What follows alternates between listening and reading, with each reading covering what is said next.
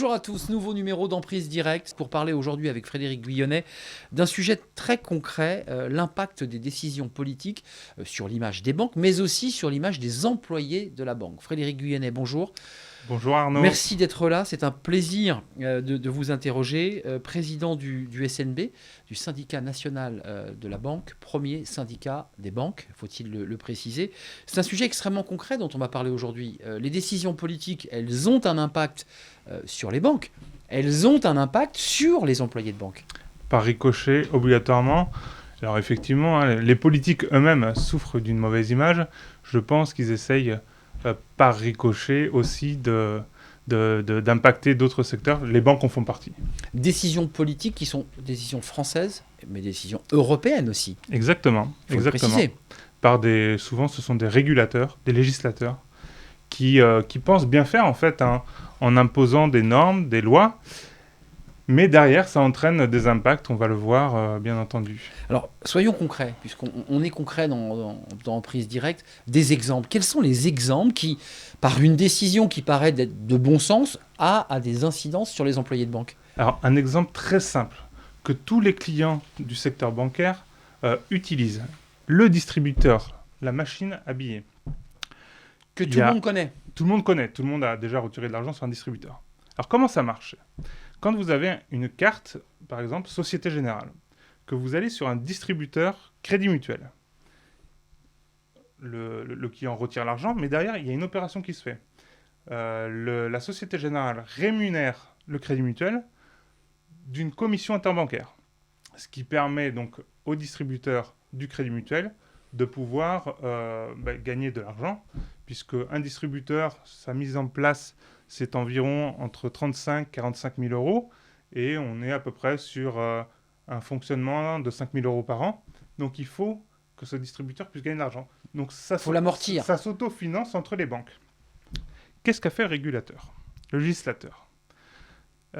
Cette commission, il y a 10 ans, elle était de 72 centimes. Et puis le régulateur s'est dit, les banques en ligne n'ont pas de distributeur, donc ils sont pénalisés. Donc on va abaisser cette commission à 57 centimes. Qu'est-ce qui s'est passé ? La majorité des distributeurs en France sont devenus non rentables. Eh oui. Donc les banques perdaient de l'argent. Un exemple, je connais une banque mutualiste qui avait 400 distributeurs, 3 étaient rentables. Donc elle les a réduits, forcément. Qu'ont fait les banques, effectivement, Arnaud, elles ont réduit le nombre de distributeurs. À cette époque, on fermait jusqu'à 2000 distributeurs par an. Et puis, à un moment donné, le législateur s'est dit, c'est pas possible, on est en train d'enlever un service partout sur le territoire français. Le maillage territorial et l'accès aux distributeurs.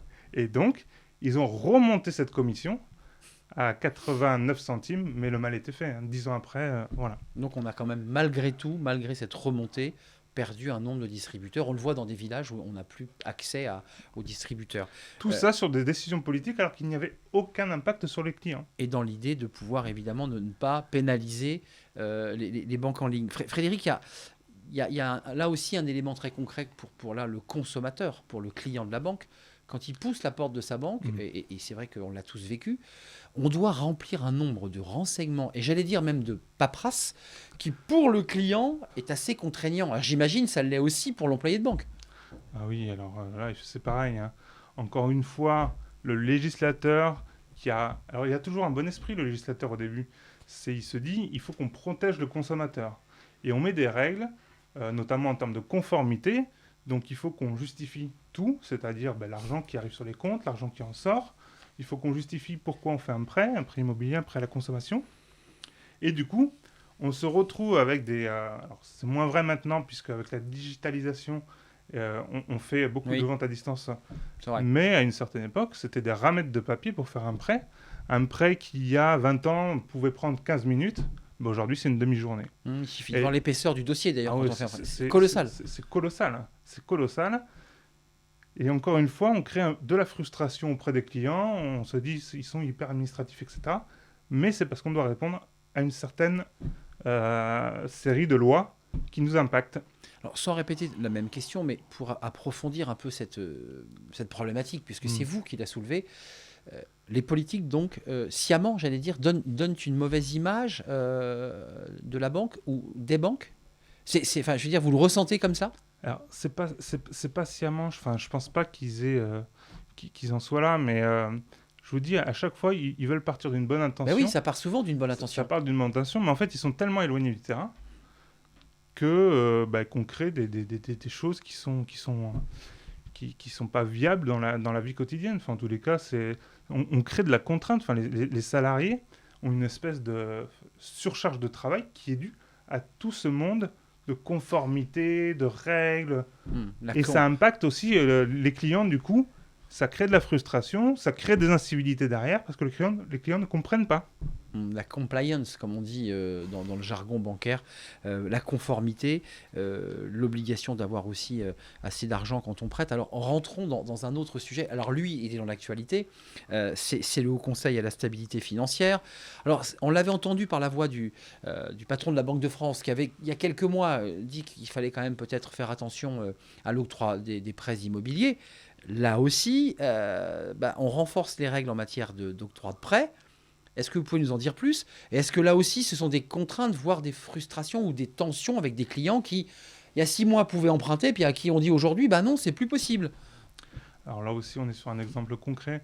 On part encore une fois d'une bonne intention du législateur qui se dit il faut qu'on protège le prêt immobilier en France. On ne veut pas qu'il y ait une bulle immobilière qui vienne entraîner derrière des problèmes sur tout le secteur bancaire. Donc, qu'est-ce que fait le régulateur? Il dit on va normer et on va l'écrire dans une norme qu'il faut 35% d'endettement pour les ménages qui empruntent et on ne peut pas aller au-delà de 25 ans sur la durée du prêt immobilier. Taux d'endettement et durée. Le problème, c'est que quand on regarde bien les faits, les banques en France sont plutôt virtuoses sur le prêt immobilier. On a très peu de contentieux, on a un coût du risque qui est au plus bas. Ça veut dire que les Français remboursent leurs prêts.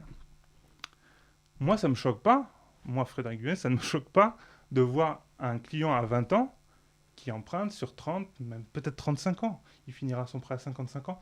Et encore, ce n'est pas vrai. Savez-vous en combien de temps, en moyenne, les Français remboursent leurs prêts immobiliers? Non, je ne sais pas. 8 ans.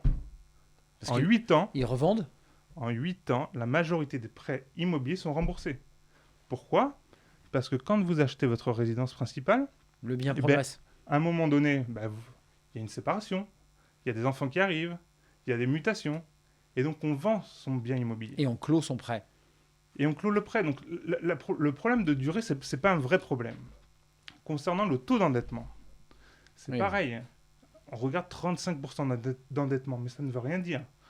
Aujourd'hui, ce qu'il faut regarder, c'est le reste à vivre. Bien sûr. C'est le niveau de vie. Quelqu'un qui emprunte jusqu'à 35% d'endettement, il peut ça peut être compliqué tous les mois pour lui. Et d'autres sont dans une même situation, parce qu'ils ont un autre niveau de vie, c'est très facile pour eux. Et là encore, on impacte l'image des employés de banque, parce que le client, qu'est-ce qu'il dit? Vous ne prêtez qu'aux riches. Mais on ne prête qu'aux riches, pourquoi? Parce que c'est le législateur qui nous oblige à le faire. Juste un mot avant de nous quitter, parce que c'est extrêmement concret ce que vous nous dites. Il y a une issue à tout cela? Parce que là, vous nous faites un diagnostic qui est assez sombre. Qu'est-ce qu'on fait? On aligne les normes, on vérifie, on en supprime? Parce que là, on est quand même dans l'inflation normative. Alors, il faut qu'on arrive à mieux communiquer avec les politiques. Il faut qu'ils prennent mieux en compte les réalités du terrain. Alors, je sais que les directions y travaillent, mais nous aussi, à un moment donné, il faut qu'on prenne aussi nos responsabilités en tant que représentants du personnel du secteur bancaire. Il faut qu'on leur dise « Arrêtez, stop, écoutez-nous, on fonctionne très bien comme ça. » Derrière, ce que je vous disais, c'est qu'il y a des incivilités. Et là, c'est les employés de banque, les premiers. En première ligne, là. En première ligne. Donc, nous, notre rôle, c'est aussi de traiter les problèmes à la source. Et ça en fait partie.